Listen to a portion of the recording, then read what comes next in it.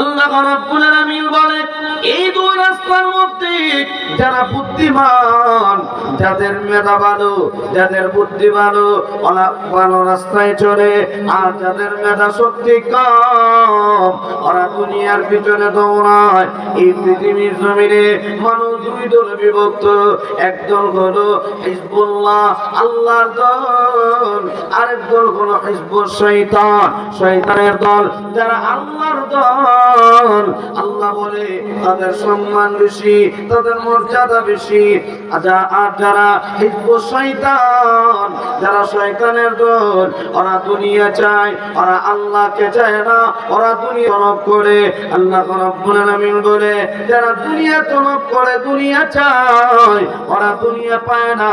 আর যারা দুনিয়া চায় না, সে আখিরাত চায়। আল্লাহ রাব্বুল আলামিন বলে আমি আল্লাহ তাদেরকে দুনিয়াও দান করি, আখিরাতও দান করি। আল্লাহর নবী বলেন ওই ব্যক্তি সবচেয়ে বড় বুদ্ধিমান, যে ব্যক্তি দুনিয়াতে থাকা অবস্থায় পরকালের সামানা জোগাড় করে। জোরে কোন সুবহানাল্লাহ। আল্লাহ রাব্বুল আলামিন বলেন দুই রাস্তার ভিতরে একটা হলো জাহান্নামের রাস্তা। যারা দুনিয়ার পিছনে দৌড়ে, আল্লাহ বলে তাদের ঠিকানা জাহান্নাম। আর যারা আল্লাহর পিছনে দৌড়ে, তাদের ঠিকানা জান্নাত। এটা আমার কথা না, আল্লাহ কোরআনের আয়াতের মাধ্যমে এক আয়াত আরেক আয়াতের ব্যাখ্যা। আল্লাহ রাব্বুল আলামিন বলে ফাআম্মা মান তাগা ওয়া আথারাল হায়াতাদ দুনিয়া ফাইন্নাল জাহিমা হিয়াল মাওয়া ওয়া আম্মা মান খাফা মাকামা রাব্বিহি ওয়া নাহান নাফসা আনিল হাওয়া ফাইন্নাল জান্নাতা হিয়াল মাওয়া। আল্লাহ রাব্বুল আলামিন বলেন ওয়া আম্মা মান তাগা, যারা সীমালঙ্ঘন করে, ওয়া আথারাল হায়াতাদ দুনিয়া, দুনিয়া জীবনকে প্রাধান্য দেয়, ফাইন্নাল জাহিমা হিয়াল মাওয়া, তাদের ঠিকানা জাহান্নাম। ওয়া আম্মা মান খাফা মাকামা রাব্বিহি ওয়া নাহান নাফসা আনিল হাওয়া ফাইন্নাল জান্নাতা হিয়াল মাওয়া। আল্লাহ রাব্বুল আলামিন বলে যারা দুনিয়াতে থাকা অবস্থায় পরকালের বই, জাহান্নামের বই অন্তর ঢুকাইয়া যারা দুনিয়াতে চলে, ওরা দুনিয়া চায় না, আখিরাত চায়, আল্লাহর সাথে মুলাকাত করতে চায়। আল্লাহ রাব্বুল আলামিন বলে তাদের নষ্টা কি গুনার কাছ থেকে বিরত রাখে। তাদের ঠিকানা কি? আল্লাহ রাব্বুল আলামিন বলেন ফাইন্নাল জান্নাতা হিয়াল মাওয়া। তাহলে আমার ভাই, আল্লাহ রাব্বুল আলামিন বলে আমি আল্লাহ মানুষগুলিকে দুনিয়াতে স্বাধীনতা দিলাম। একদল মানুষ দুনিয়ার পিছনে দৌড়ে, আরেকদল মানুষ আল্লাহর পিছনে দৌড়ে। আল্লাহ রাব্বুল আলামিন বলে সীমা লঙ্ঘন করো, করতে থাকো, আমি আল্লাহ তোমাকে সুযোগ দিলাম। ভালো করতে পারো, মন্দ করতে পারো। তুমি যদি ভালো করো তাহলে তোমার লাভ হবে, তুমি যদি মন্দ করো, তুমি যদি গুনাহ করো, এটা তোমার লস হবে। আমি আল্লাহ তোমাকে দুনিয়ার জমিনে স্বাধীনতা দিলাম। আল্লাহ আমাদেরকে স্বাধীনতা দিছে। এরপরে আল্লাহ বলেন আমি আল্লাহ স্বাধীনতা দিছি ঠিক, তবে আমি আল্লাহ তোমাকে ঢিল দিতেছি। যেমন নমরুদকে আল্লাহ ঢিল দিছেন, ফেরাউনকে আল্লাহ ঢিল দিছেন। কিন্তু এই ফেরাউন সময় পাওয়ার পরে, তার হাতে ক্ষমতা চলে যাওয়ার পরে এত ক্ষমতার অপব্যয় করছে, আল্লাহ এমন ভাবে তাকে সাইজ করছে, পানির ভিতরে ঢুকাইয়া কাদা খাওয়ায়া দুনিয়া থেকে বিদায় করছে। ঠিক কিনা জোরে কান? এ ভাই আপনারা কই যান? কেউ উঠা বসা করলে আসলে মাহফিলের সৌন্দর্য নষ্ট হয়। আধা ঘন্টায় বসেন, আধা ঘন্টায় বয়ান হবে। উঠা বসা করলে তো মাহফিল নষ্ট হয়ে যায়, মাহফিলের সৌন্দর্য থাকে না।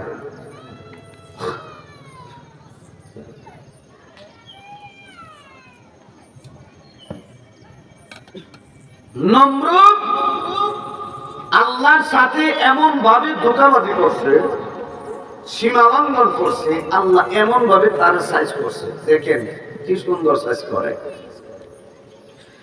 আল্লাহ যখন তাকে ক্ষমতা দিছে, ইব্রাহিম আলাইহিস সালাতু ওয়াস সালাম উনি মূর্তির বিরুদ্ধে কথা বলে। নমরুদ তাকে পছন্দ করে না, তাকে ভালোবাসে না। আজর ঠাকুর ইব্রাহিম পয়গম্বরের বাবা সন্তানকে পছন্দ করে না। কেন? বলে মূর্তির বিরুদ্ধে কথা বলে।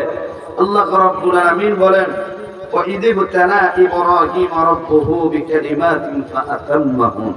আমি আল্লাহ কিছু বাণী দিয়ে আমার পয়গম্বর ইব্রাহিমকে পরীক্ষা করেছি। প্রত্যেকটা পরীক্ষায় ইব্রাহিম আলাইহিস সালাতু ওয়াস সালাম উত্তীর্ণ হয়েছেন।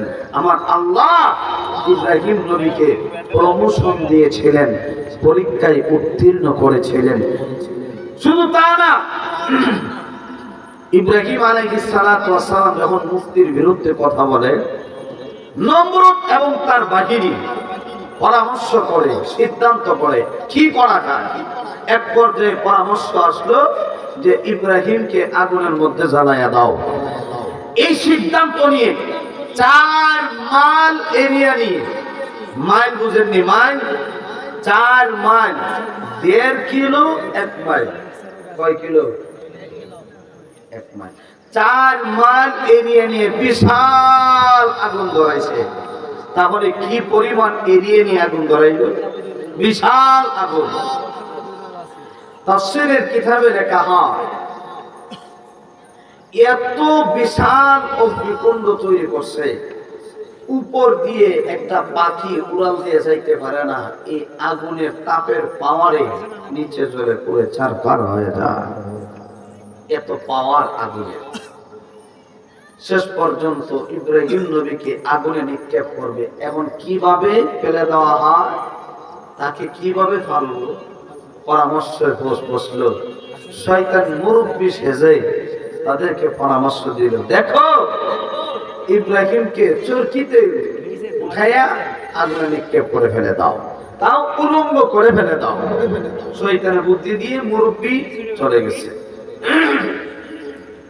এই পরামর্শ পাওয়ার পরে যখন ইব্রাহিম নবীকে আগুনে ফেলে দিবেন, এমনিতেই আসমানের মধ্যে যেন একটা নড়াচড়া শুরু হয়ে গেছে, আরশের মধ্যে কাঁপ শুরু হয়ে গেছে।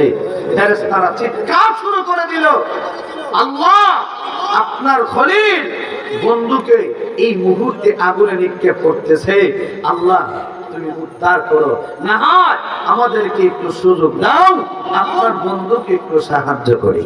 সুবহানাল্লাহ জোরে কান।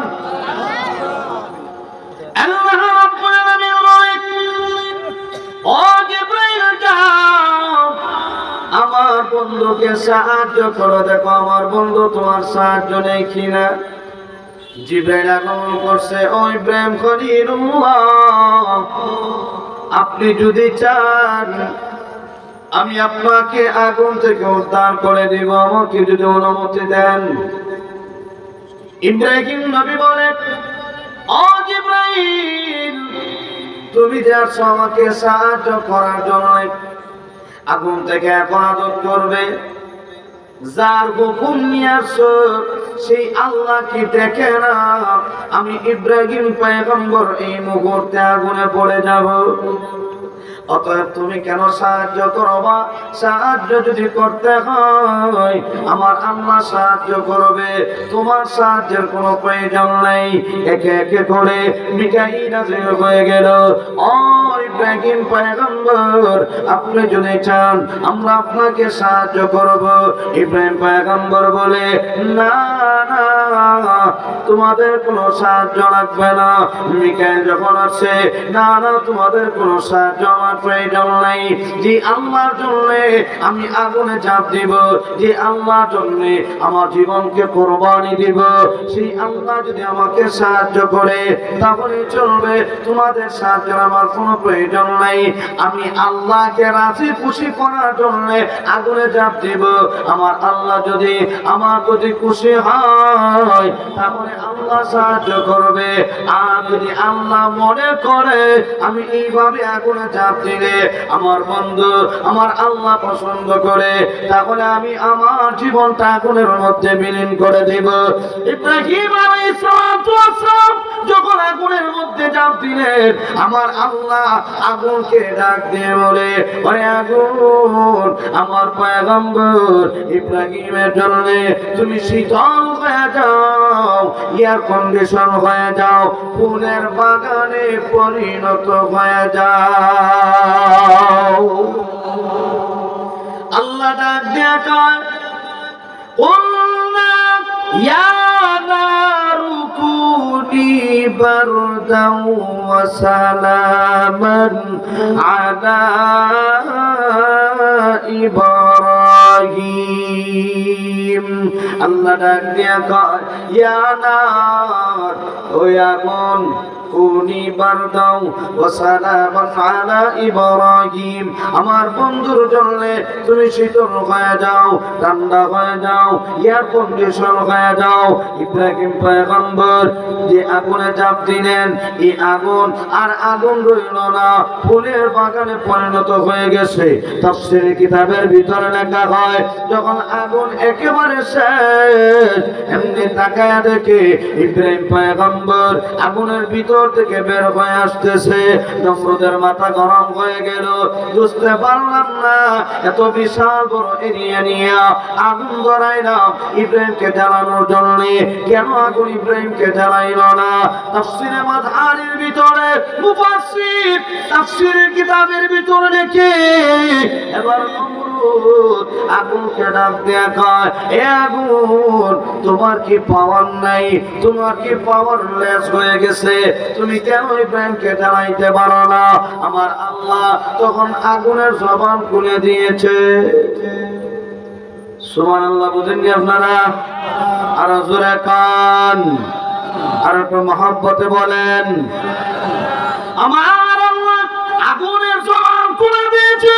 আগুন ডাক দিয়ে কয়, হে নমরুদ, যে আল্লাহ আমাকে অর্ডার দিয়েছে বন্ধুর জন্য শীতল হয়ে যাওয়ার জন্য, এই আগুন বন্ধুর জন্য ঠিকই শীতল হয়ে গেল, কিন্তু আমি এই আগুনের পাওয়ার কত জানো? হে নমরুদ, এইদিকে আয়, দেখে যা আমি আগুনের কত পাওয়ার। এখন আগুনের ডাকে নেতা বাগে, আগুনে ডাকে নেতা বাগে, যখন নেতা বাগতে শুরু করছে, এমনি রাস্তার মধ্যে ল্যাংরা মশা বসে রয়েছে। মশা ছিলেন মশা, ল্যাংরা মশা, যেই মশা ঠ্যাং ভাঙ্গা। কি ভাঙ্গা? ঠ্যাং ভাঙ্গা, বুঝেননি? পা ভাঙ্গা, এই ঠ্যাং ভাঙ্গা মশা রাস্তার মধ্যে বসে রইল। আল্লাহর ডাক দিয়া কয়, প্রভু গো, নেতা বাগে অনুমতি দিলে নেতাকে একটু সাইজ করব। আল্লাহ কথা তোর অনুমতি দিছি, দেখি তুই কি করস। এমনি তুই বেচারা লেংরা, ঠ্যাং একটা ভাঙ্গা, বেচারা কি করবে? এবার উড়াল দিয়ে নাকের ভিতর দিয়ে ঢুকছে, ঢুইকা বরাবর সিংহাসন মগজ গিয়ে বসছে। ওই গিয়ে বসছে, মগজে গিয়ে বসছে। মগজে বসে কিছু সময় পরে পরে একটা ইঞ্জেকশন মারে। আর মশার ইঞ্জেকশন কি মনে করেন? যদিও কড়া ঘুমে আপনি একেবারে নাক ডাকতেছেন, এমন ঘুম ধরছে, মশা যদি ডাক দেয় ঘুম শেষ, ঠিক না? এই মশা নমরুদের মাথার ভিতরে ঢুকিয়ে গিয়ে ইঞ্জেকশন দেওয়া শুরু করছে। এখন যখন ইঞ্জেকশন দেয়, হাত দিয়ে মাথার মধ্যে আঘাত করে, একে একে বারবার আঘাত করে। ডানে কামড় দেয়, হাত দিয়ে ডান দিকে আঘাত করে। যখন বামে কামড় দেয়, বাম দিকে হাত দিয়ে আঘাত করে। সামনে পিছনে যখন আঘাত করে, তখন হাত দিয়েও সে আঘাত করে। মশা কামড়ায় আর সে আঘাত করে আর চটপট করে। এবার কই আমার দলের লোক কই, এইদিকে আসো, বেতনদারি একটাকে বের করো, যেটা জুতা নিয়ে শুধু মাথার মধ্যে বাইরেই থাকবে। এখন এক নেতারে ডাক দিয়ে কয়, মাসিক তোমাকে বেতন দেওয়া হবে, তোমার দায়িত্ব হইল তুমি আমাকে জুতা দিয়ে শুধু বাইরেই দাও।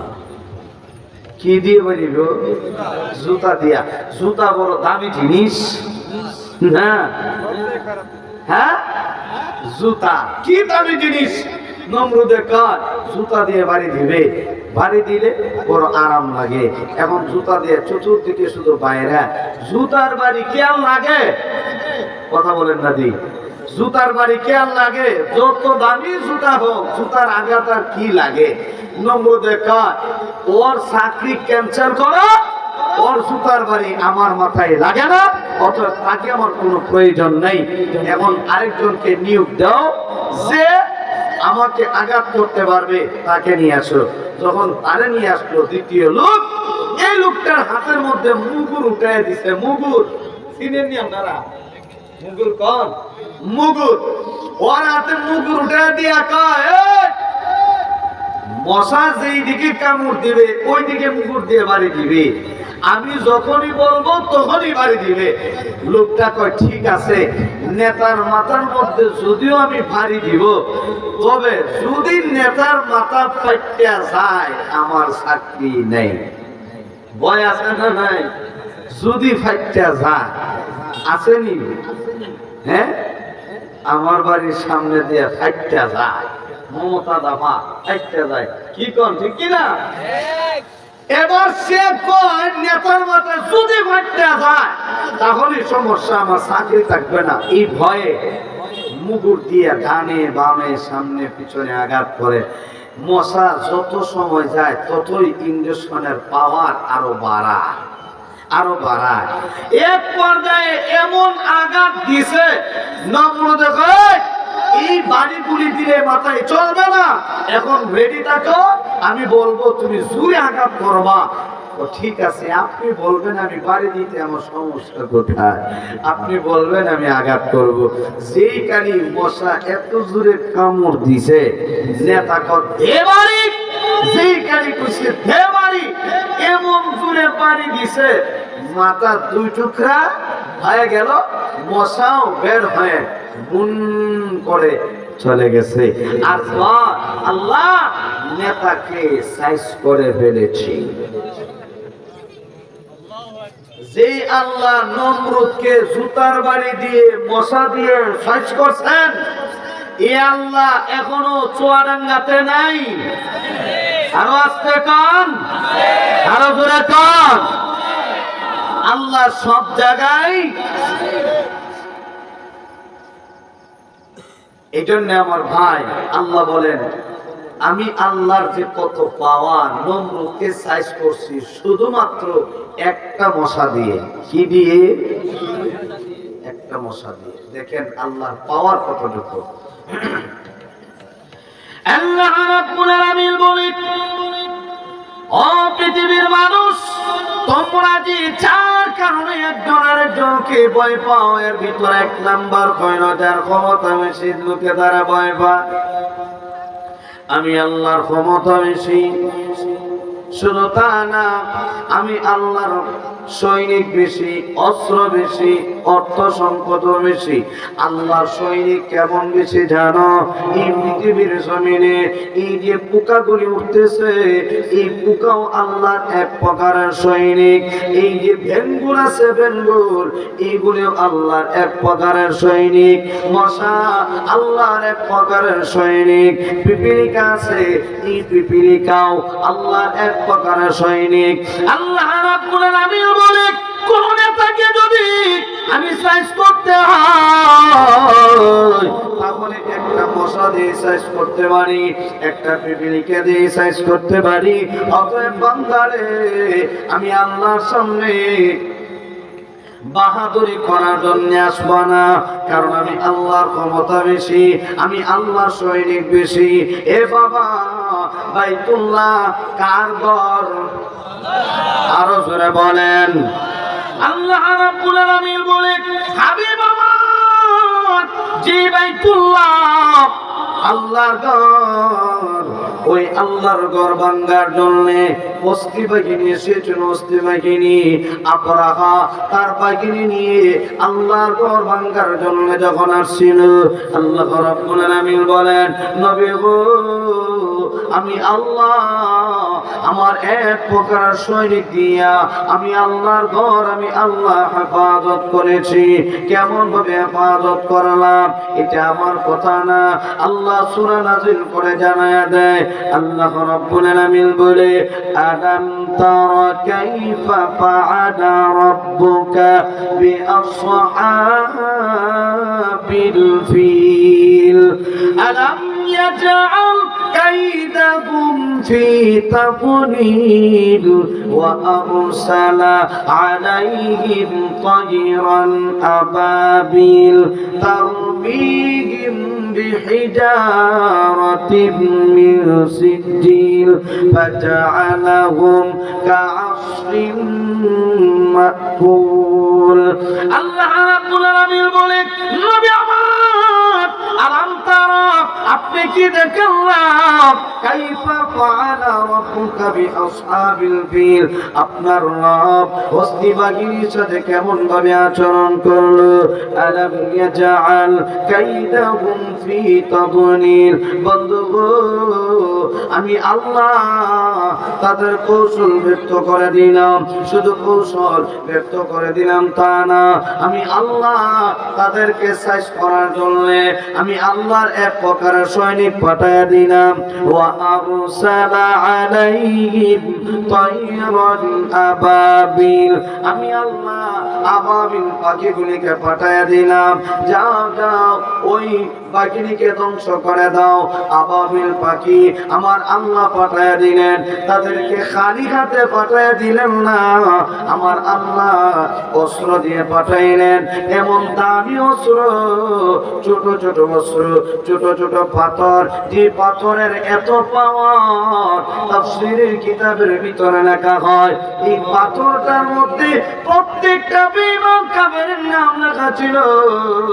যতগুলি পাখি আছে ওই পাখির ঠোঁটের মধ্যে পায়ের মধ্যে দুইটা করে অস্ত্র নিয়ে যখন আসছে বস্তি বাহিনীর সাথে মোকাবেলা করবে, এখন দেখা যায় প্রত্যেকটা পাখির পায়ের মধ্যে ছোট ছোট অস্ত্র আছে, পাথর আছে।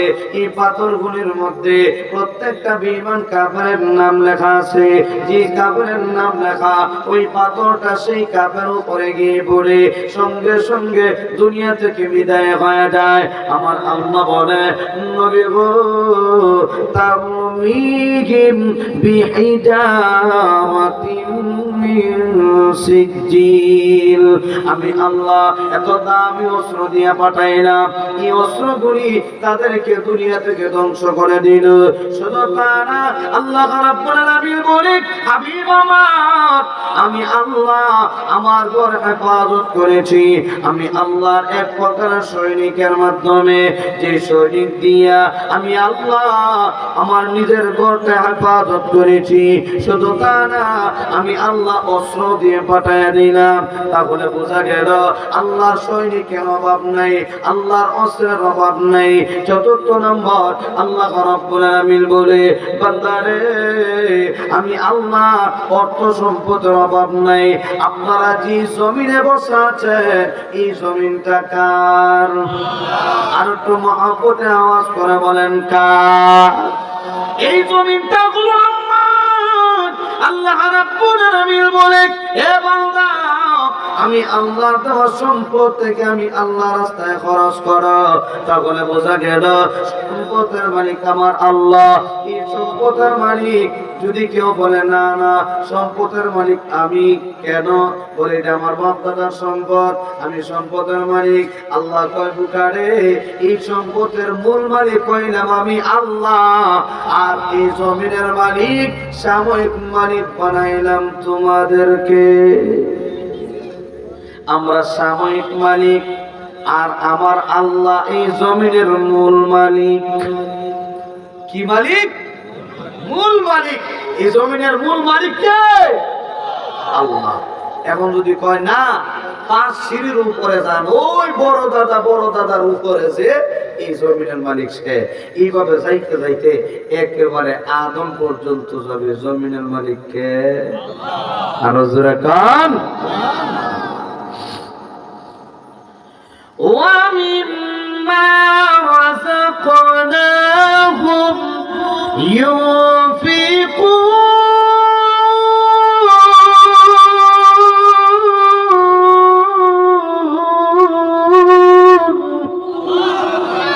আল্লাহ বলেন এই জমিনের মালিক আমি আল্লাহ, অতএব জমিন থেকে আমি আল্লাহ রাস্তায় খরচ করো। আল্লাহ তো কোরআনে এই কথা বলেন নাই তোমাদের সম্পদ থেকে, তোমাদের মাল থেকে আমি আল্লাহর রাস্তায় খরচ করো। এই কথা কি বলছেন? না। কি বলছেন? বলে আমি আল্লাহর দেওয়া সম্পদ থেকে আমি আল্লাহ রাস্তায় খরচ করো। তাহলে বোঝা গেল জমিনের মালিক আরো জোরে কন আল্লাহ। এই জন্য আমার ভাই আল্লাহ বলে জমিনের মালিক আমি আল্লাহ। তবে এই জমিনের মালিক তোমরা কেমনে হয় না জানো? সাময়িক মালিক বানাইলাম, আজকে তুমি মালিক হইলা। এই জমিনের মালিক ছিল তোমার বাবা, এই জমিনের মালিক ছিল তোমার দাদা। এইভাবে করে তুমি জমিনের মালিক হইলা। তুমি বিদায় হয়ে গেলে তুমি তোমার সন্তানকে দিয়ে যাইবা। এই জমিনের মালিক তোমার সন্তান হবে। এই জমিনের মালিক তোমার সন্তান বিদায় হয়ে গেলে তোমার নাতি সম্পদের মালিক হবে। এইভাবে করে কিয়ামত পর্যন্ত যারা আসবে প্রত্যেকে জমিনের মালিক হবে। এই জমিনের মালিক কে, কোন সময়, কত সময় এই জমিনের মালিক হবে? তাফসীর কিতাবের ভিতরে লেখা হয় যার আয়াত 80 বছর এই জমিনের মালিক সে 80 বছর, যার আয়াত 90 বছর এই জমিনের মালিক সে 90 বছর, যার আয়াত 100 বছর এই জমিনের মালিক সে 100 বছরই থাকে, যার বয়স 70 হয় এই জমিনের মালিক সে 70 বছর, যে এই জমিনের মালিক যার হায়াত 60 বছর হয় এই জমিনের মালিক সে 60 বছর, যার 50 বছর হায়াত পায় এই জমিনের মালিক সে 50 বছর। কিন্তু সে যখন দুনিয়ার জমিন থেকে বিদায় হয় তখন আর এই জমিনের মালিক থাকে না। তার হায়াত যতদিন থাকে এই জমিনের মালিক শেষ ততদিন থাকে। এই জন্য আল্লাহ বলে বান্দারে এই জমিনের মালিক আমি আল্লাহ। এই জমিনটা তুমি যখন বিক্রি করো, এই জমিন বিক্রি করে যত টাকা তুমি ইনকাম করো, এই জমিন যদি আমি আল্লাহর হয় তাহলে টাকা পয়সা করি কার? আর জোরে কান। আলোচনা কি বুঝতেছেন আপনারা? আল্লাহ রাব্বুল আলামিন বলেন তোমরা যে 4 কারণে একজন আরেকজনকে ভয় পাও, এই 4টা গুণ আমি আল্লাহর মধ্যে বিদ্যমান আছে। 1 নাম্বার আমার আল্লাহর ক্ষমতা বেশি, 2 নাম্বার আল্লাহর সৈনিকের অভাব নাই, 3 নাম্বার আল্লাহর সৈনিকের অস্ত্রের অভাব নাই, 4 নাম্বার আল্লাহর অর্থ সম্পদের অভাব নাই। তাহলে ভয় করব তো কাকে ভয় করব? আর জোরে কান।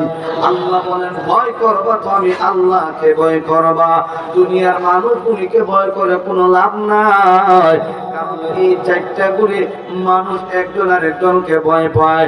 যার ক্ষমতা বেশি লোকে তারে ভয় পায়। আল্লাহ বলে না না, লোকটাকে ভয় পায় কোনো লাভ নাই, ভয় পাইবা তো আমি আল্লাহকে ভয় পাও। তারপরে আমার মূল আলোচনায় আসে প্রশ্ন করেছিলাম কয়টা? আর জোরে কান। এখানে আঙ্গুল কয়টা? প্রশ্ন হয়েছিল কয়টা? 3টা। 1 নাম্বার আল্লাহ বলেন ভয় করো। প্রশ্ন করেছিলাম কেন? এই কেন প্রশ্নের জবাবে কারণ পাইলাম কয়টা? 4টা। তারপরে ভয় করব কাকে? আল্লাহকে। এখন আসুন 2 নাম্বারে। আল্লাহ রাব্বুল আলামিন বলে ভয় করার মতো ভয় করো। কোরআনের এক আয়াত আরেক আয়াতের ব্যাখ্যা আল্লাহ রাব্বুল আলামিন বলেন ইয়া আইয়ুহাল আইয়ুহাল্লাযীনা আমানু তাকুল্লাহা হাক্কা তুকাতিহি ওয়া লা তামুতুন্না ইল্লা ওয়া আনতুম মুসলিমুন। আল্লাহ রাব্বুল আলামিন বলে, হে পৃথিবীর মানুষেরা, ও আমার বান্দা বান্দীরা, ভালো করে শুনে নাও, আমি আল্লাহকে ভয় করো, হাক্কা তুকাতি, ভয় করার মতো ভয় করো। আল্লাহ বলেন কিভাবে ভয় করবা? আল্লাহ বলে ভয় করার মতো ভয় করো। প্রশ্ন করেছিলাম কিভাবে? কোরআনের আয়াত বলে ভয় করার মতো ভয় করো। ওয়ালা তামুতুন্না ইল্লা ওয়া আনতুম মুসলিমুন। বান্দারে, মুসলমান না হয়ে দুনিয়া থেকে বিদায় হয় না। যদি মুসলমান না হয়ে দুনিয়া জমিন থেকে বিদায় হও, তাহলে দুনিয়াতে শান্তি পাইবা না, পরকালেও শান্তি নাই, কবরে গেলেও শান্তি নাই, হাসর ময়দানেও শান্তি নাই। যদি তোমার ঈমান আমল ভালো হয়, যদি আল্লাহকে রাজি খুশি করে দুনিয়ার জমিন থেকে ঈমান আমল নিয়ে বিদায় করতে পারো, তাহলে আমার আল্লাহ তোমাকে দুনিয়া থেকে সম্মানের সাথে উঠায় নিয়ে আসবেন। শুধু তা না, আমার আল্লাহ তোমাকে মৃত্যুর সময় শান্তি দিবেন, কবরেও শান্তি পাইবা, আসরের ময়দানেও শান্তি পাইবা। অনন্তকালের জন্য আমার আল্লাহ তোমাকে জান্নাতের অধিবাসী বানায়া দিবে। তাহলে ভয় করার মতো ভয় করা লাগবে। যারা সত্যিকার আল্লাহকে ভয় করার মতো ভয় করে, ওই মানুষগুলি কখনো সুদে লিপ্ত হতে পারে না। যারা আল্লাহকে ভয় করার মতো ভয় করে, ওরা কোনোদিন ঘুষ খাইতে পারে না। যারা আল্লাহকে ভয় করার মতো ভয় করে, তারা কোনোদিন অন্যের মাল আত্মসাৎ করতে পারে না। যারা আল্লাহকে ভয় করার মতো ভয় করে, ওই মানুষগুলি কখনো ব্যভিচারে লিপ্ত হতে পারে না। আল্লাহকে যারা ভয় করে, তারা কোনোদিন নাফরমানি করতে পারে না। এই জন্য ভাই, আল্লাহ রাব্বুল আলামিন বলেন, ভয় করার মতো ভয় করো। যদি ভয় করার মতো তুমি ভয় করতে পারো, আমি আল্লাহ তোমাকে এত সম্মান দান করব, এত মর্যাদা দান করব। তুমি দুনিয়াতে আমি আল্লাহকে ভয় করবা, আমি আল্লাহর গোলামি করবা। আর এই পৃথিবীতে যত মাখলুকাত দুনিয়াতে, সমস্ত মাখলুকাতকে আমি আল্লাহ তোমার গোলাম বানায়া দিব। সাহাবায়ে কেরামের জিন্দেগির দিকে একটু তাকায় দেখেন না। যে সাহাবীরা আল্লাহকে এত পরিমাণ ভয় করেছেন, এত পরিমাণ আল্লাহকে তারা ভয় করত, অথচ আল্লাহ রাব্বুল আলামিন তাদেরকে এত সম্মান দিল। তারা আল্লাহকে ভয় করে।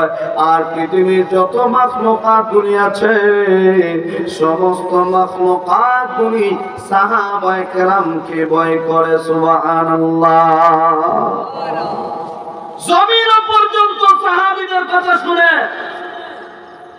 বনের পশু পাখিগুলিও সাহাবীদের কথা শুনে। শুধু তা না, সাহাবীদের কথার মধ্যে যেমন পাওয়ার, আমলের মধ্যেও তেমন পাওয়ার। সুবহানাল্লাহ জোরে বলে। মদিনার জমিনের মধ্যে ভূমিকম্প শুরু হয়ে গেল। এমন ভাবে ভূমিকম্প শুরু হয়ে গেল, নড়াচড়া যখন শুরু হয়ে গেল, খলিফাতুল মুসলিমিন হযরত ওমর হাতের মধ্যে লাঠি, হযরত ওমর কায়